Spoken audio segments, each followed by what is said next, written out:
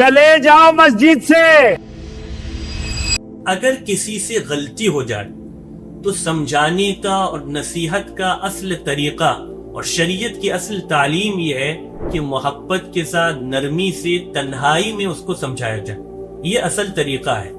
یہ اصل خیرخواہی ہے۔ اسی لیے آپ دیکھیے رسول اللہ صلی اللہ علیہ وسلم جب مجمع سے خطاب کرتے اور کسی برائی پر آپ کو روکنا ہوتا تو کسی کا نام نہیں لیتے یا سب کے سامنے کسی کو ذلیل نہیں کرتے، سب کے سامنے کسی کو نہیں ڈانٹتے، بلکہ آپ فرماتے تھے ما بال اقوام یفعلون کذا وکذا، لوگوں کو کیا ہو گیا ہے کہ فلاں کام کر رہے ہیں فلاں کام کر رہے ہیں۔ تو اس طرح سے عمومی طور پر آپ نصیحت کرتے تھے۔ حضرت امام شافعی علیہ الرحمہ کا بہت مشہور قول ہے من وعظ اخاہ سرا فقد نصحہ ومن وعظہ علانیۃ فقد فضحہ، جس نے اپنے بھائی کو تنہائی میں نصیحت کی تو اس نے اس کے ساتھ خیرخواہی کی، اور جس نے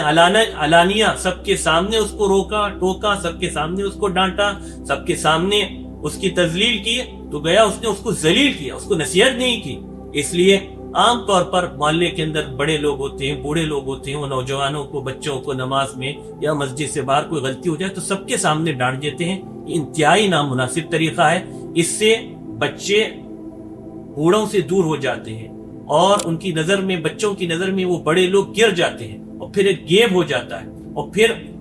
ہونا تو یہ چاہیے تھا کہ نئی نسل مربوط رہتی، وہ جڑتی، وہ خیرخواہ، وہ اس کی نصیحت کو سن کر اس پر عمل کرتی، لیکن ہوتا یہ ہے کہ غلط طریقے سے سمجھانے کی وجہ سے اور نفرتیں پیدا ہو جاتی ہے، نئی نسل ان سے اور زیادہ دور ہو جاتی ہے۔ ہاں شریعت کے اندر ایک اصول یہ بھی ہے کہ کوئی گناہ ایسا ہے کہ بالکل علانیہ ہو رہا ہے، سب کے سامنے ہو رہا ہے اور اس سے غلط اثرات مرتب ہو رہے ہیں، تو پھر سب کے سامنے مناسب انداز میں روکا جائے۔